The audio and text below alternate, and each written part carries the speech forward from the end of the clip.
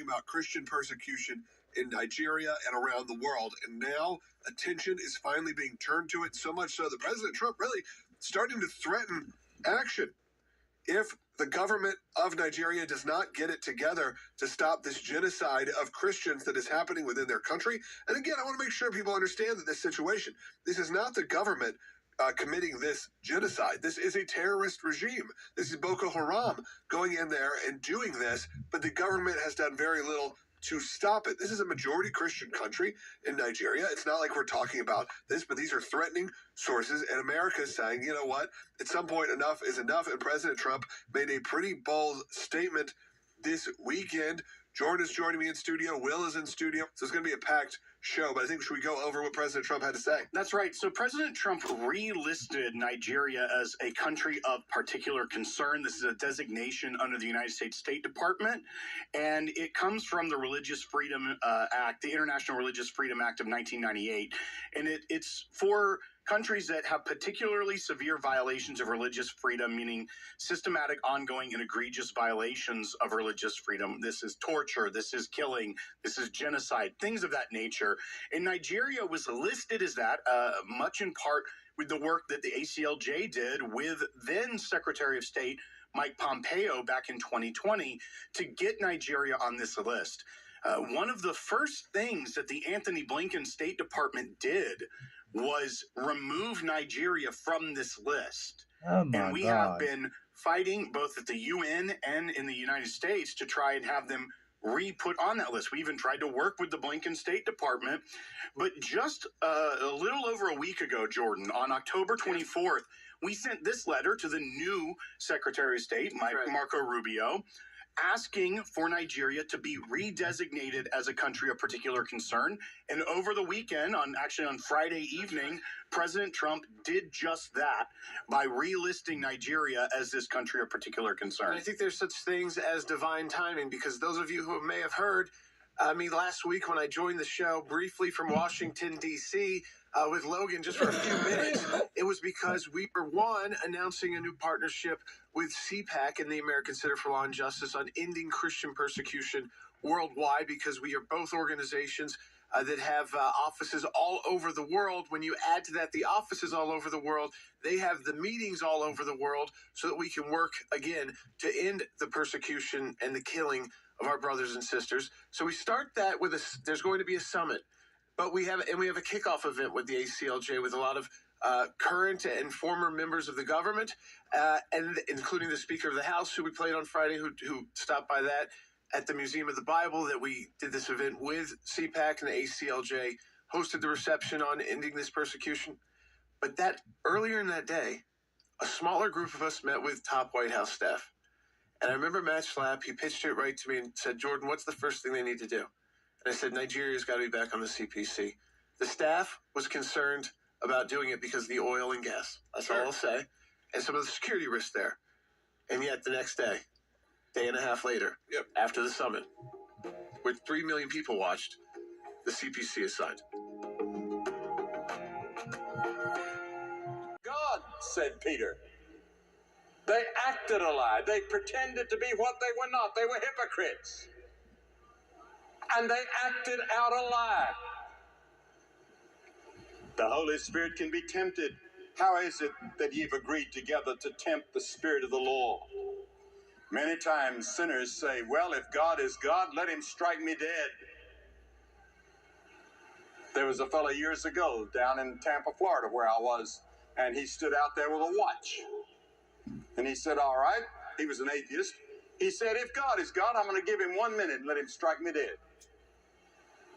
Nothing happened.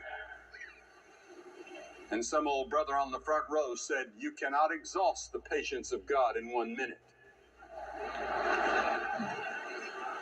But it is like the story of the old eagle that I heard about on an iceberg on Niagara River. And he had landed there to eat on the carcass of a sheep.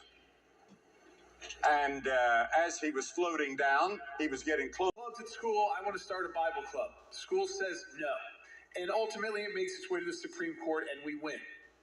But then the cases continue, whether it's speech on the sidewalk. And I say speech because for so many years, The free exercise of religion had been eviscerated by the U.S. Supreme Court and in the lower courts. It meant really nothing in the United States. And so the ACLJ started with a different idea. Let's not focus on it being just religious. It's speech. And the court still cares a lot about the First Amendment and the free speech. They're still okay there. So why is religious speech being treated differently than political speech or corporate speech and other speech? I'll go there. Now, more recently, we've seen the free exercise clause get some teeth back. But that is just recently at the U.S. Supreme Court. Ben, I wanted you to address that we have finally started to move from just saying we're speech just like all others, which is true, but at the same time, that the free exercise clause does mean something in the United States of America. Yeah, that's absolutely right. Thank you, Jordan, and thank you to CPAC, the Schlaps, and your crew. This is just a fantastic opportunity to get to speak about these things and to share these important principles with deep care and to help educate people that they need to care more. And so it's an incredible opportunity. Jordan, to your question, yes. So there was sort of this dark gray era where we didn't really know, and it was eviscerated, I think. And then we've had a string of positive cases recently, some just really solid wins and well-drafted opinions, and as you point out, focusing back actually on the free exercise aspect of the First Amendment, which is, I mean, it's not exactly half of the First Amendment, but speech and free exercise are those are some significant pillars there. And of course, obviously, is the reason it's in the First Amendment, right? But so we're gaining back ground, it really, and there's more ground to gain, right? And we'll all keep doing what we're doing. But I think that. Part of the problem, why? Because we wrestle with the question, like, with these great wins, why are we still having more cases? Why do we still have to keep suing municipalities and school boards or counties or states or whatever, when the Supreme Court is laying down what to most of us seems relatively clear guidance and rules? And I think there's multiple reasons for that. One is lower courts are, I think, sort of reluctant, or whether it's intentionally, I think, depending on the subject matter, or just, they're busy. They got a lot of cases and they're not always up to speed on the latest. And so it takes time for precedent from the Supreme Court to sort of work its way down across the system. I think that's probably part of it. I think another part of it is actually some of the governmental entities involved. They're kind of saying, yeah, I don't care what the Supreme Court says. That's like, I'm going to keep doing this, and you're going to have to sue me, because guess what? Most people have to pay lawyers. It's being a plaintiff against a governmental entity is it's not a small thing, right? Even when you don't have to pay the lawyers. Well, I think this is key, right? And so I want to bring in Reverend Mahoney into this, because the ACLJ, it exists to defend religious liberty in the United States, the American Center for Law and Justice, and it's become kind of the hub for the work that we do all around the world. But we are nonprofit, so our donors donate so that people who typically would not be able to afford attorneys to fight back because they feel like their rights were violated. And so we get out in the meeting, we tell them all the time, if you feel that way, you need to contact us. And you're going to talk to a real attorney. They're going to walk you through. It's not going to cost you anything. We've represented you, I don't know how many times exactly, but more than dozens of times when you have faced arrest, imprisonment because of speech on a public sidewalk in the United States of America. And I want you to talk about that, how important it is that we make sure our public sidewalks continue to be free speech zones. For sure, Jordan. I want to especially thank Jordan and Ben for getting me out of jail many, many times. So a big heartfelt thanks to you. In our National Archives, we see etched, eternal vigilance is the price of liberty. We continually have to fight and stand for our freedoms. If we in America want to prevent persecutions of Christians in the public square, we must practice our Christian faith in the public square. That's critical. And I been arrested for all good things, okay, 112 times. And I can't go over all those cases, but several keys in which the ACLJ could not have been more helpful. There were no demonstrations allowed at presidential inaugurations before 1997. We planned a major event of prayer and public witness because of President Clinton's support of partial birth abortion. We were told if we went on the parade route for praying, we would be arrested. And I'll never forget my comment in the Washington Post. Hell will freeze over before we surrender our right to pray in the public square. Immediately contacted the ACLJ. They went into federal court, and we won. And for the first time in history, free speech, religious liberty was allowed at presidential inaugural parades, showing that public engagement, you don't have to be fear first of trust in God, but then for entities like the ACLJ, was protected.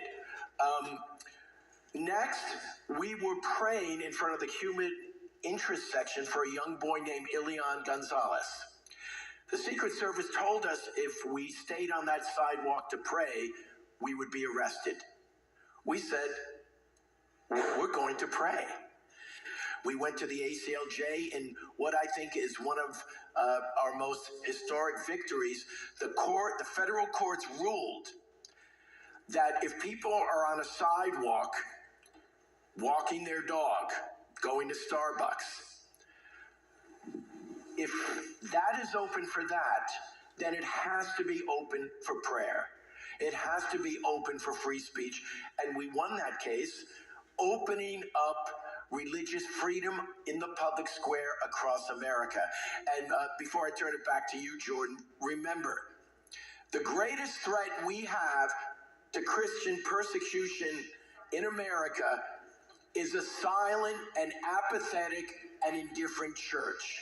We must be bold. We must be courageous. I feel like I'm getting the spirit to preach here.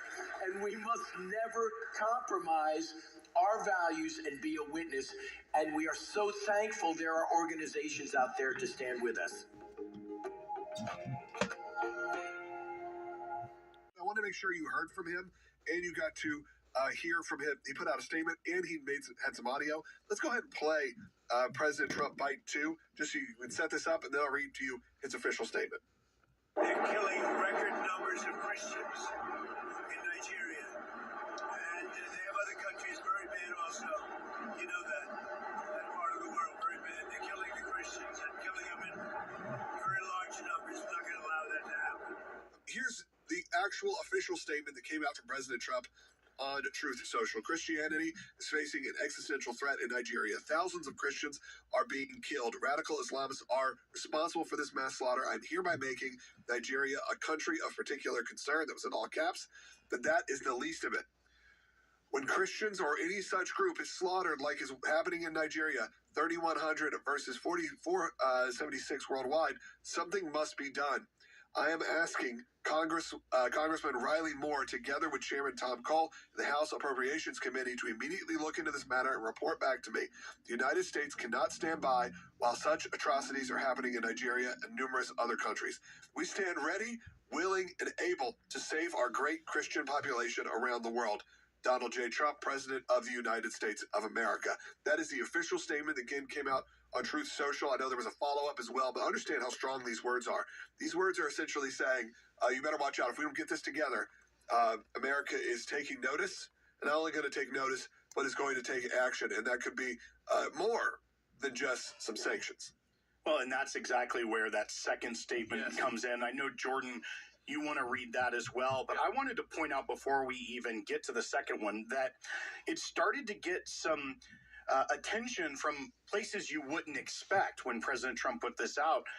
Nicki Minaj, who is a rap star, an artist, and very popular, not someone that you would normally think of as a President Trump supporter or fan, but she tweeted this or put this out on X, Logan will correct me, with a screenshot of President Trump's first statement from Truth Social and said, reading this made me feel a deep sense of gratitude. We live in a country where we can freely worship God. No group should ever be persecuted for practicing their religion. We don't have to share the same beliefs in order for us to respect each other. Numerous countries around the world are being affected by this horror, and it's dangerous to pretend we don't notice. Thank you to the president and his team for taking this seriously. God bless every persecuted Christian. Let's remember to lift them up in prayer. Yeah, Nicki Minaj is actually very interesting because she has kind of flirted with conservative and Christian views throughout her career. Obviously, someone, if you listen to and maybe a fan of, you may go, well, how does that connect? You know what? That's not for me to judge or say. We should be happy that there are people out there willing to actually write so eloquently these kind of statements. Let's just be honest. That is probably a more... I would think that statement would come out of the President of the United States more than the statement he made. I love the statement President Trump makes. Right. It's so aggressive. But you know what I'm saying? Like, that was a very eloquently beautiful written. But of course, you know what Newsmax did? Or not Newsmax, I'm sorry, Newsweek. I just saw their article because I was like, what are people saying? The big question they're raising is Nicki Minaj a Republican? That is the headline, and they say they have reached out to her representative for email to confirm whether or not she is a Republican. Why it matters? Because she has 43 million social views on her social media posts, and she's drawn significant attention for. It goes on this whole thing. It's like not about the topic at hand. The fact that the president of the United States is calling out what is a genocide, 70% of Christians that are killed worldwide for their faith happens in one place, Nigeria. So 70% of people being killed for their Christian faith in the world is happening in Nigeria, Jordan. The statistic that I think is all you have to kind of keep in your mind. Just last year, and the killing has not gotten better. It's only gotten worse. Just last year in 2025, there's an average of 32 to 35 Christians killed each day in Nigeria because they were Christians. 35 a day throughout the entire year of 2025. Then, when you look at the next report, what does that amount to so far in this year? 7,000 Christians have already been killed in this year alone. I mean, so we are talking about persecution at its again highest level, and there's got to be action taken on the ground. The Nigerian government has the resources to do it. If the world puts that pressure on, the first step in the world putting that pressure on is the leader of the free world, the United States of America. What does that action look like for Nigeria? And then if they don't, what does that action look like for America? So there's two things that come with being on a country of particular concern unless they're important. One, companies now who do business there also now have an interest in making sure you get your act together. Because let's say you are one of those big oil and gas companies with corporations and activities in Nigeria. The worst thing that could happen to you as a company, for that part of your company, is for Nigerian oil or gas to be sanctioned. That means that it cannot be sold to the United States or purchased by U.S.-based businesses. CPC designation allows the president to take just one step to institute that kind of restriction on their ability to impact trade. But that doesn't just affect Nigeria, Logan. Like I said, that then means that big oil and gas companies based in America that do work in Nigeria now also can need to go to the Nigerian government and say, get this under control or else we will no longer be able to do business with you and we'll have to stop our operations in Nigeria. So it puts not just the world on notice, but everyone who does business in the United States on notice that you're a step away if you don't get your act together from being cut off from the world's economy. Well, and Jordan, you also brought up that there's a second step as well, and that's what President Trump alluded to in his second statement on this. I know you wanted to read that as well to the audience. I think the second step is what he talks about here in his second remark just a day later. If the Nigerian government continues to allow the killing of Christians, the U.S. will immediately stop all aid and assistance to Nigeria. That's also, something you can do under the CPC. So you're not just saying you might be sanctioned. We're also going to stop giving you money if you're going to tell us that you don't have the resources to better protect these communities. First of all, that's not the truth. The truth is these soldiers don't want to protect certain areas because there may be, though, religious similarities. They may both be Christians. They could come from different tribal backgrounds, and so they don't want to be the ones sent to defend this other tribe. Yeah. Also, the government wants to keep its military from fighting out with Boko Haram. They want to keep them around them to keep them safe, so that their major cities are able to operate. And this is just kind of happening off in the hinterlands, away from major cities. But when 35 people are being killed a day in a country we do business with like this, President Trump is going to go further. So he said, again, the assistance would cut off, and it may go into that now disgraced country, guns a-blazing, that we may go in to that now disgraced country, guns a-blazing to completely wipe out the Islamic terrorist. I know, I was with Eric Prince, actually, famous for founding Blackwater, on Thursday. He was at our summit. He is trying to work right now with the Nigerian government and could play a role with this U.S. action in contracting it out for them to go in and protect these communities. Yeah, let's go to Timothy in Texas with a question of kind of a follow-up here, listening on the radio. Timothy, you're on the air. Gentlemen, my good brothers, God bless you and your families and your ministry. Thank you. We keep you in our prayers. I really appreciate it. We have, I know my time is short, so I'll talk fast.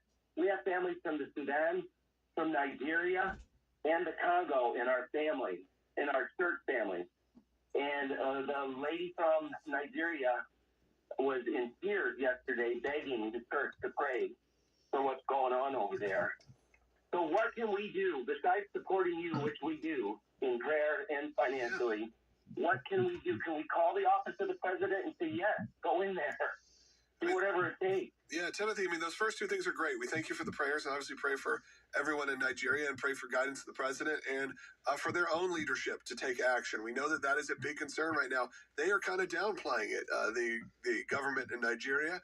Of course, this is a country that is majority Christian, but is being overtaken by these extremist terrorist groups, and they're not being taken care of. When it comes to, though, how the American people can get involved beyond Jordan prayer and support, are there people they should call? Is there anything that we can do? Or at this point, does President Trump seem like he's ready to go? Yeah, I mean, I think what you want to do right now is we talked about this in the summit, is go to your local community at your church. And it sounds like, some of those folks are at those. Yeah. Speak out. President Trump, to take any further actions other than the CPC, is going to need support. And that means that you need to go into your communities with the information we provide, and it's all available at aclj.org, to make yourself kind of an expert on this persecution in Nigeria and why it might be key that the U.S. take additional steps to protect those Christians. Know those numbers. The fact that 35 Christians will be killed today, by your hearing my voice, 35, predominantly women and children, are going to die today at the hands of Islamic extremists in Nigeria. Make sure your church knows that and knows that President Trump has pledged that if the Nigerian government doesn't get it done to protect these people, we're going to do it, but we're going to do it quickly. And I want to just echo that, Jordan, as well. And he mentioned other countries like Sudan, Congo, of which the ACLJ has ongoing work.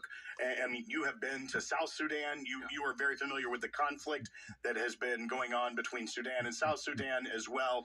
So when you look at all this groups successfully removed in Africa, I would say when you looked at the groups in Kenya, initially, remember the attacks that they were carrying out in Nairobi and other places.